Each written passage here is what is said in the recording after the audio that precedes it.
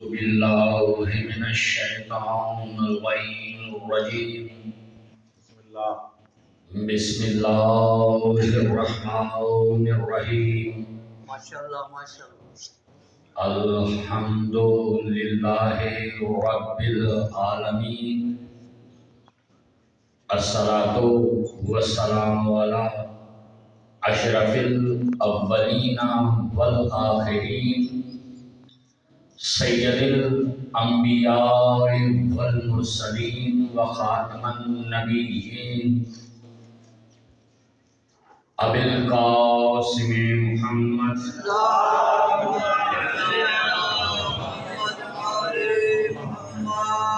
وآلہ طیبین الطاہرین المعصومین اما بعد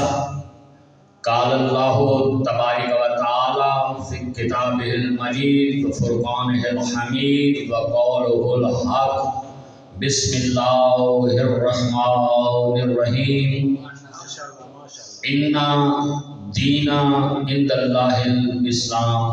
صلی اللہ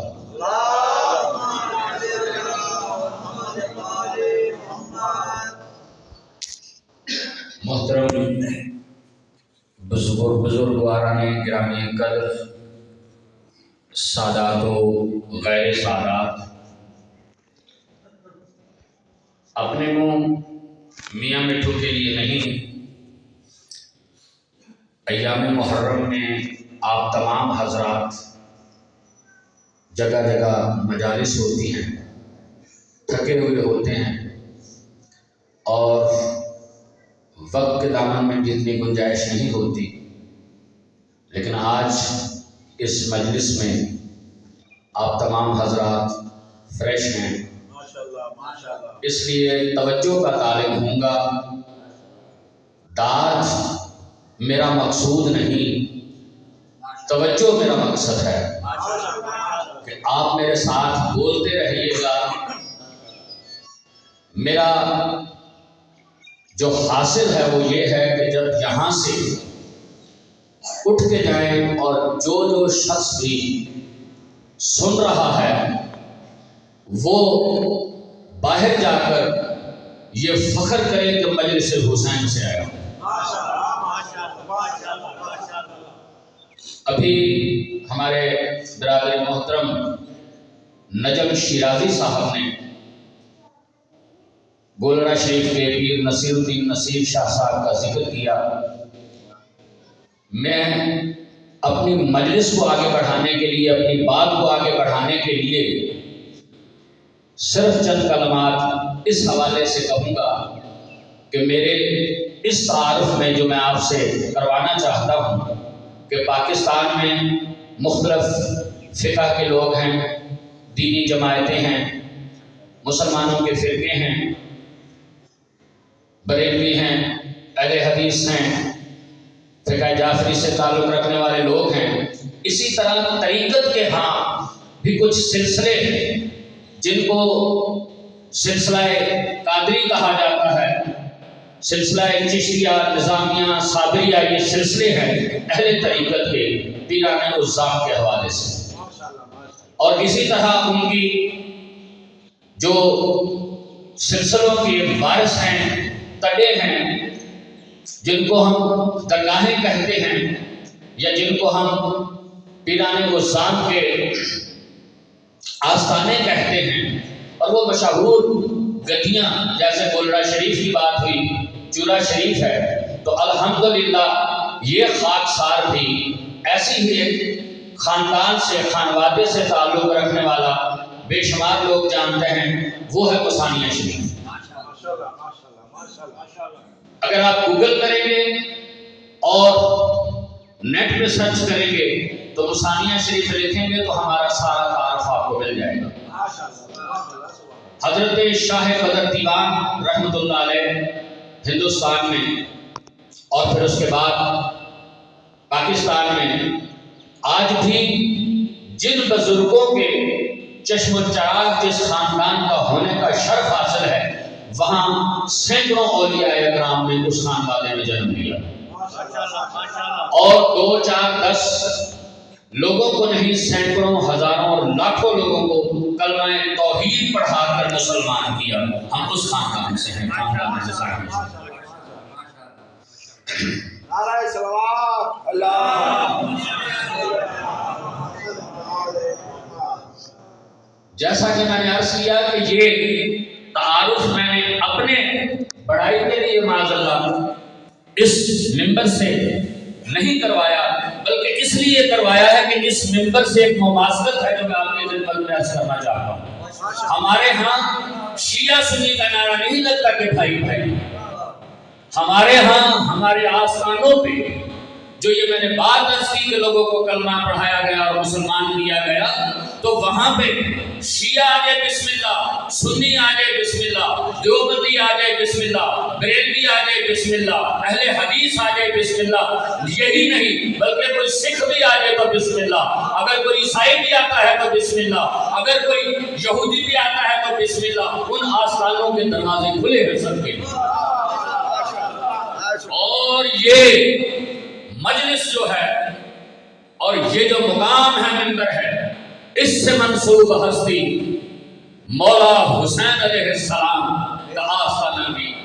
انہی کے ہم نقش قدم پہ چل کے اس طریق پہ عمل کر رہے ہیں۔ کیوں؟ یہ حسین ہی کا گھرانہ تھا کہ جہاں نہیں دیکھا جاتا کہ یہ آنے والا کون ہے، یہ سائل کون ہے، یہ طلبگار کون ہے، مسلمان ہے، غیر مسلمان ہے، کس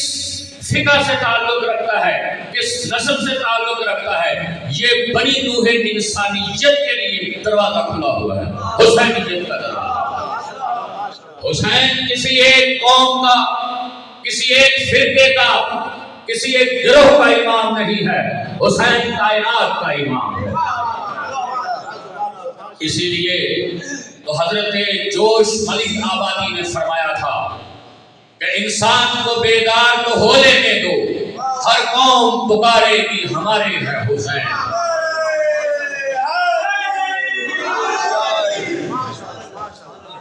تو یہ وہ گھرانہ ہے، یہ وہ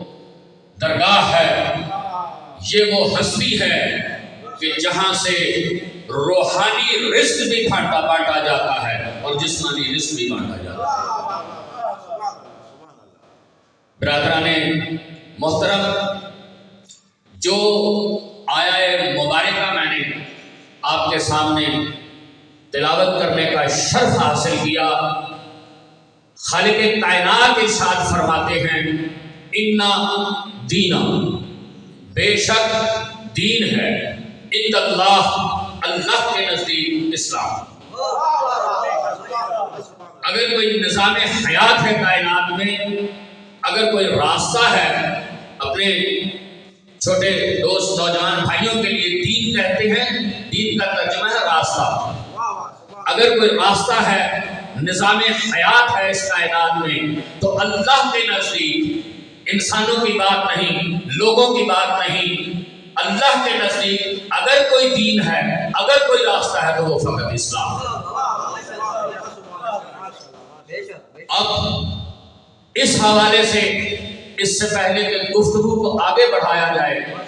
جیسے وہ ہمارے پنجابی میں کہتے ہیں کہ سوا تھرسا سے جڑ مقدی گل مقامہ، اسلام کے دامن میں بس دو ہی تو چیزیں ہیں، اِنَّ دِینَ عِندَ اللَّهِ الْإِسْلَامِ، اسلام کے دامن میں بس دو ہی تو چیزیں ہیں، ایک ضرب جد اللہ، ایک سجدہ شبیہ۔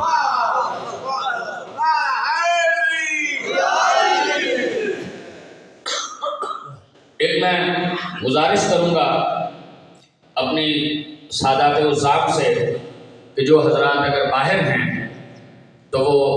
یہاں اندر تشریف لے آئیں، کیونکہ یہ مجلس حسین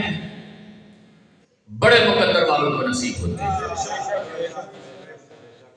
اور یہاں سے جیسا کہ میں نے عرض کیا ادنا صفقی آپ کچھ لے کر جائیں گے تو پھر مزہ، اور وہ کہ جو آپ کو آپ کے گھروں میں بیٹھے ہوئے بھی اپنے بچوں میں بیٹھے ہوئے بھی، آپ کے ڈیروں میں بیٹھے ہوئے بھی، آپ کے کام کاج میں بیٹھے ہوئے بھی،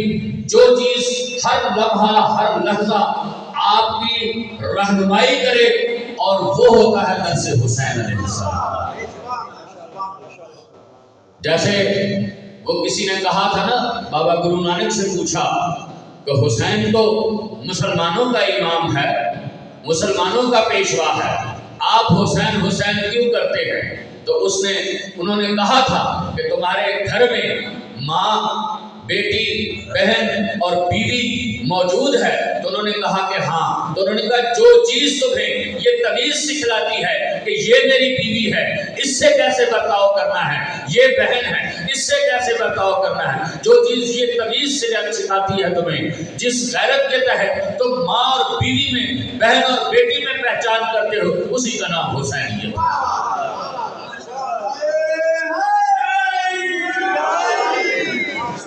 تو یہ ہے، میں نے ابھی مجلس شروع نہیں کی،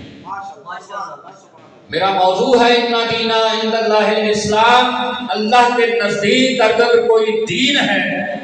تو وہ دین اسلام ہے۔ تو جیسا کہ میں نے عرض کیا کہ اسلام کے دامن میں بس دو ہی چیزیں ہیں، ایک ضرب جداللہی، ایک سجدہ شبیری۔ ساری دنیا کہتی ہے حسین نے کربلا میں اسلام کو بچایا تھا، اسلام کو پروان جس نے چڑھایا تھا وہ حسین کا بابا علی تھا۔ کون علی؟ اس سے پہلے میں آپ کو ایک حدیث سنانا چاہتا ہوں، سوائے محرقہ کتاب ہے، صفحہ 140 ہے، اور علامہ ابن حجر مکی اس کتاب میں لکھتے ہیں، اور روایت خلیفہ اول حضرت ابوبکر صدیق کی ہے۔ کیا فرمایا؟ کہا کہ میں نے اپنی آنکھوں سے دیکھا اور کانوں سے سنا کہ رسالت پاک صلی اللہ علیہ وآلہ وسلم نے ارشاد فرمایا کہ اس وقت تک کوئی شخص پلے صراط کو کراس نہیں کر پائے گا، نہیں گزر سکے گا، جب تک علی کی مہر اس کے پاس نہ ہوگی، پروانہ علی اس کے پاس نہ ہوگا۔ تو اب یہ پلے صراط ہے، ایک طرف میدان محشر ہے، دوسری طرف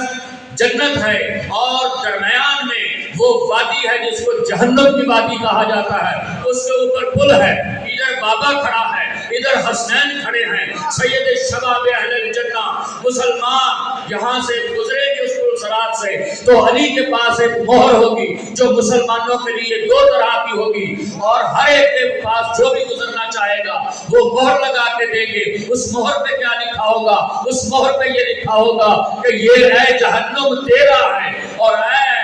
جنت یہ تیرا ہے۔ اس میں دو میسج لکھے ہوں گے، جس شخص کے پاس یہ میسج ہوگا کہ یہ جہنم تیرا ہے وہ پل صراط کراس نہیں کر پائے گا، وہ جہنم کی وادی میں گرے گا، اور جس کے پاس یہ ہوگا کہ اے جنت یہ میرا ہے، تو پھر وہ آگے حسنین کریمین اس کا استقبال کریں گے کہ آجا تمہارے پاس ہمارے بابا کی لکھی ہوئی تحریر ہے، یہ پل صراط کا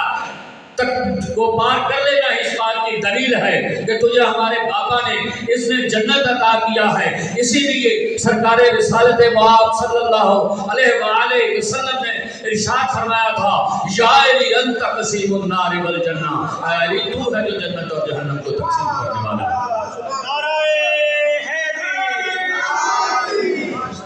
اور یہی جو منزل ہے، یہی جو تمام مسلمانان عالم کی منزل ہے جنت، اس کے سردار ہیں الحسن والحسین۔ حسن اور حسین اس جنت کے سردار ہیں۔ تو اب یہ علی کو یہ اختیار کیوں ملا کہ وہ جنت کو تقسیم کرے، اور حسین کو جنت کا سردار کیوں بنایا گیا؟ یہ علی وہ ہے مختصر، میں آپ کو صرف اپنے نوجوان دوستوں کے ذہنوں میں صرف یہ بات کہ کیونکہ کوئی بھی چیز بلا جواز جب ہمارے پاس کوئی کسی بات کا مقصد نہیں ہوتا تو ہم لاجواب ہوتے ہیں۔ یہ مقصد ملا کیوں، یہ منصب ملا کیوں، یہ درجہ ملا کیوں؟ یہ شب ہجرت اللہ کے رسول سے پوچھا تھا کسی علی نے کہ اے اللہ کے رسول اگر میں اس وقت بستر پہ سو جاتا ہوں کہ جس کے اوپر چاروں طرف سے کفار آج حملہ کرنے والے ہیں تو کیا آپ بچ جائیں گے؟ کہا کہ ہاں یا علی میرے بھائی میں زندہ و سلامت نکل جاؤں گا، بچ جاؤں گا اگر تم میرے بستر پہ۔ تو وہ یہ علی ہے جو بدر میں تھا، وہ علی تھا جہاں 70 لوگوں میں سے 36 اکیلے علی نے کفار کو قتل کیا اور باقی 312 نے مل کے ان لوگ 34 لوگوں کو مارا، اکیلے علی نے 36 لوگوں کو مارا۔ میں یہ بتانا چاہتا ہوں حسین نے اسلام کیسے بچایا اور علی کو یہ منصب کیوں ملا۔ اور پھر جنگ احد میں وہی علی کے جب نبی کے پاس کے گرد چاروں طرف کفار نے گھیرا ڈالا اور جس میں آپ سنتے چلے آتے ہیں کہ دندان مبارک شہید ہوئے، شہید نہیں ہوئے، زخمی ہوئے تھے، چوٹ لگی تھی، کیونکہ ہمارے نزدیک نبی وہ ہو ہی نہیں سکتا جس میں کوئی عیب ہے۔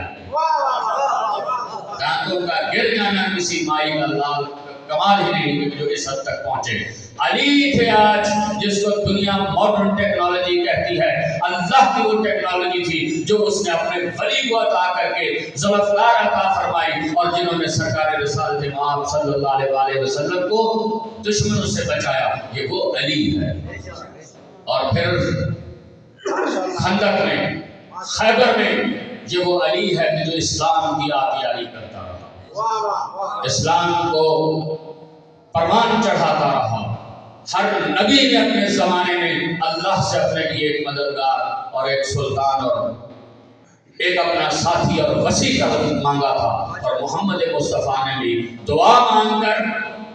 اللہ سے اپنے لیے علی کو مانگا تھا۔ یہ وہ علی تھے کیونکہ نبی رحمت للعالمین تھے۔ اگر کوئی شخص یہ سمجھتا ہے، میں یہاں ایک لمحے کے لیے رک کر آپ حضرات کی خدمات میں یہ عرض کروں گا، آپ ان پر انگلی اٹھاتے ہیں جو اپنے خطبات میں پڑھتے ہیں سید الانبیاء والمرسلین و خاتم النبیین، جو خاتم النبیین کا لفظ اپنے خطبوں میں استعمال کرتے ہیں، آپ ان پر انگلی اٹھاتے ہو۔ یہ علی ہی سب سے بڑی دلیل ہے کہ محمد اللہ کا آخری رسول ہے۔ اگر کائنات میں محمد کے بعد کوئی ایسا ہوتا جو اللہ کے نبی ہونے کا مقام حاصل کر سکتا تو پھر علی سے بڑھ کر کوئی نہیں تھا۔ لیکن جب علی کو اللہ نے ولی بنایا، امام بنایا اور نبوت کا سلسلہ ختم کر دیا تو پھر آپ آ جاؤ اس علی کے دروازے پہ۔ اگر اپنے ذہنوں سے، اپنی نسلوں سے اور دنیا کے سامنے ختم نبوت کا آپ نے پرچار کرنا ہے تو آ جاؤ علی کے در پہ۔ یہی وہ دروازہ ہے جو نبوت کے سلسلے کو ختم کرنے، امامت کے سلسلے کی طرف آتا ہے۔ اور یہ بات میری اور آپ کی طرف سے نہیں ہے، یہ کوئی حدیث نہیں ہے، کوئی روایت نہیں ہے۔ یوم ندعو کل اناس بامامہ، اس دن پکارا جائے گا ہر شخص اپنے امام کے نام پہ۔ اور امام کے بارے میں یہ جو حدیث ہے اس پہ بھی لوگوں نے ڈنڈی ماری ہے۔ یہ جو آیت مبارکہ میں نے تلاوت فرمائی آپ کے سامنے کہ یوم ندعو کل اناس بامامہ، لوگوں نے کہہ دیا کہ ہر امت اپنے نبی کے ساتھ اٹھے گی، بے شک اٹھے گی، لیکن اللہ تعالیٰ ہم سے اور آپ سے عربی زیادہ جانتا ہے۔ یوم ندعو کل اناس بنبیہ بھی ہو سکتا تھا، یوم ندعو کل اناس برسولہ بھی ہو سکتا تھا۔ یہ آیت بھی ختم نبوت کی ہے کہ یہاں تمام انبیاء کی نبوت کو ختم کر کے امامت کا سلسلہ جاری کر کے کہ جس سے بھی یہ سوال کیا جائے گا تیرا امام کون ہے، تو پتہ چل جائے گا کہ یہ محمد مصطفیٰ کو سید الانبیاء بھی مانتا ہے اور خاتم النبیین بھی مانتا ہے۔ یہ ہے امامت کا سلسلہ۔ تو اللہ نے فرمایا کہ یہ دین ہی میرے نزدیک اسلام ہی جو ہے وہی ضابطۂ حیات ہے، لیکن اب میں اپنے مقصد کی طرف آتا ہوں کہ یہ دین اسلام کون سا دین اسلام؟ 70 گروہ ہیں اس وقت مسلمانوں کے درمیان۔ یہ آج کی بات نہیں، سرکار رسالت مآب صلی اللہ علیہ وآلہ وسلم کی حدیث مبارکہ ہے۔ فرمایا کہ نصارہ میں 71 فرقے تھے، یہود میں 72 فرقے تھے اور میری امت میں 73 ہوں گے، اور سوائے ایک کے باقی سب جہنم میں جائیں گے۔ یہ حدیث ہے اور مستند علیہ حدیث ہے۔ اور ہمارے اہل سنت کے بڑے بڑے اماموں نے اپنی کتابوں میں، حدیث کی کتابوں میں اس کو لکھا ہے۔ لمحہ فکریہ یہ ہے کہ کیا ہمارا فرض نہیں بنتا کہ ہم یہ سوچیں کہ کہیں ہم ان 72 میں سے نہیں ہیں، اور وہ 73 میں کی پہچان کون سی ہے؟ جس اللہ نے 1,24,000 انبیاء اس دنیا میں مبعوث فرمائے، اولیاء کرام بھیجے، ائمہ کا سلسلہ بھیجا، خلافت اس دنیا میں اپنا نظام قائم کرتی رہی، کل کو قیامت والے دن یہ اللہ عذر نہیں برداشت کرے گا کہ یا اللہ ہمیں پتہ ہی نہ چل سکا۔ اسی لیے اللہ تعالیٰ نے ارشاد فرمایا قرآن میں کہ کیا تم یہ سمجھتے ہو کہ تم کو جیسے پہلے لوگوں کا احتساب ہوا تم سے احتساب نہیں ہوگا، تمہاری آزمائش نہیں ہوگی، تمہاری آزمائش ہوگی، اور تم سے پوچھا جائے گا قیامت کے دن کہ تم نے دنیا میں اپنی زندگی کیسے گزاری، مرضی الہی کے مطابق گزاری ہے یا اللہ کی مرضی کے برخلاف دنیا میں زندگی گزار کے آ گئے؟ تو جو اللہ کے مطابق زندگی گزارنا ہے وہ کون سی زندگی ہے، اور وہ کون سا دین اسلام ہے، اس کی کیا پہچان ہے؟ تو ویسے تو یہ بات روز روشن کی طرح واضح ہے، جیسے میں نے یہ کہا کہ اسلام کے دامن میں بس 2 ہی تو چیزیں ہیں، لیکن کس دلیل کی بنیاد پر، کس بات کی بنیاد پر ہم یہ بات کرتے ہیں؟ تو میرے دوستوں، میرے بزرگوں، میرے بھائیوں، اسلام وہ دین ہے کہ جس دین میں آدم سے لے کے عیسیٰ تک تمام نبیوں کی محنت سموئی ہوئی ہے، جس میں محمد مصطفیٰ صلی اللہ علیہ وسلم کی محنتوں کا ثمر ہے۔ یہ وہ دین تھا کہ جس دین کو ایک وقت میں ایک ناہنجار شرابی، اور یہ مت بھولیں کہ جو لوگ یہ کہتے ہیں، آپ دیکھیں مجھے کھل کے بات کرنی ہے، آپ شیعہ ہیں، آپ سنی ہیں، آپ دیوبندی ہیں، آپ بریلوی ہیں، آپ کسی بھی مرتبہ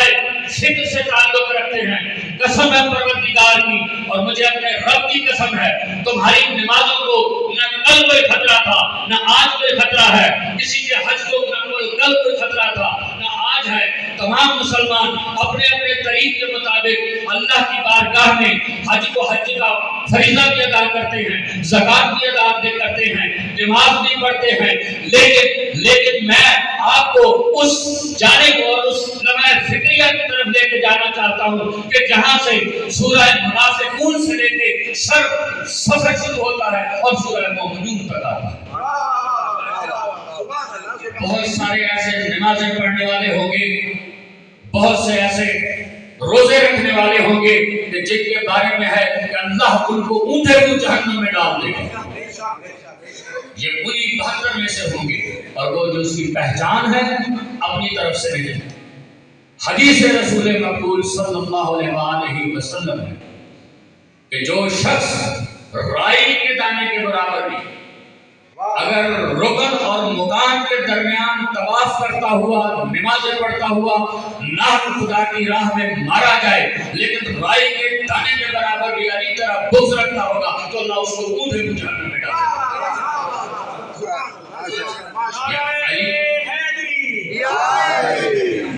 یہ مولا کائنات علی کا نام ہے، اور جو لوگ یہ کہتے ہیں کہ علی علی کیا جاتا ہے، مت بھولیں عبادت صرف نماز اور روزے کا نام نہیں۔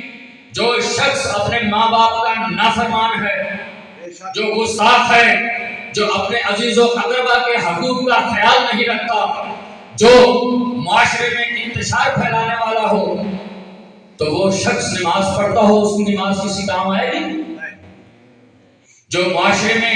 لوگوں کو دکھ اور تکلیف پہنچاتا ہو کیا اس کی نماز کام آئے گی؟ تو اسی لیے اللہ تعالیٰ نے یہ کہا تھا کہ اپنے باپ اور ماں کے چہرے کی طرف دیکھنا عبادت ہے۔ اپنے ماں باپ کے چہرے کی طرف محبت سے، پیار سے، عقیدت سے، احترام سے دیکھنا عبادت ہے۔ تو وہ عبادت ماں باپ کی عبادت نہیں ہے، وہ عبادت اللہ کی عبادت ہے، اللہ کی عبادت میں شمار ہوگا اگر آپ اپنے ماں باپ کی طرف، چہرے کی طرف عزت و احترام کی نگاہ سے، محبت کی نگاہ سے دیکھیں گے۔ اسی طرح قرآن کے الفاظ کو دیکھنا عبادت ہے۔ اگر نہیں آتا، اللہ نے تمہاری نیتوں کو دیکھنا ہے، تمہارے اگر کوئی 5:30 سے روزہ کھول لیتا ہے اور کوئی 10 منٹ پہلے یا بعد میں کھول لیتا ہے، اس سے اللہ کو آپ کے 5-10 منٹوں سے غرض نہیں، اللہ کو آپ کی نیتوں سے غرض ہے۔ اور جو بات میں کہنا چاہتا ہوں، جس آیت مبارکہ کے حوالے سے بات کی کہ ان دین عند اللہ الاسلام، کہ اسلام بھی اللہ کے نزدیک دین ہے، اس کی 2 بنیادیں ہیں، ایک بنیاد ہے عقیدہ اور دوسری بنیاد ہے انسان کا عمل۔ اس وقت تک آپ کا کوئی عمل کسی کام کا نہیں جب تک آپ کا عقیدہ درست نہیں ہوگا، اور وہ عقیدہ یہی عقیدہ ہے کہ سرکار رسالت مآب صلی اللہ علیہ وسلم نے اپنی زندگی بھر، کیا آپ سمجھتے ہیں کہ جناب سیدہ کائنات کے دروازے میں کھڑے ہو کے السلام علیکم یا اہل بیت النبوہ کہنا، واہ واہ سبحان اللہ،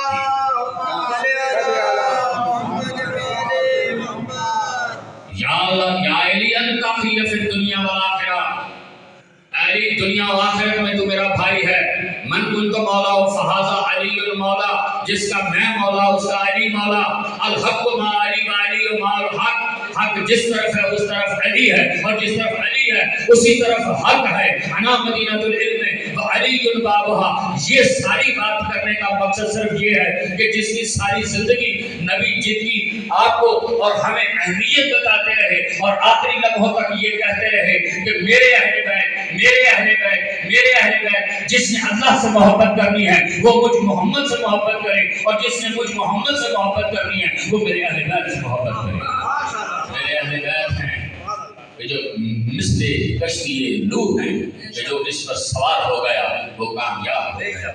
تو برادران اسلامی، یہی وہ دین ہے کہ جس کے لیے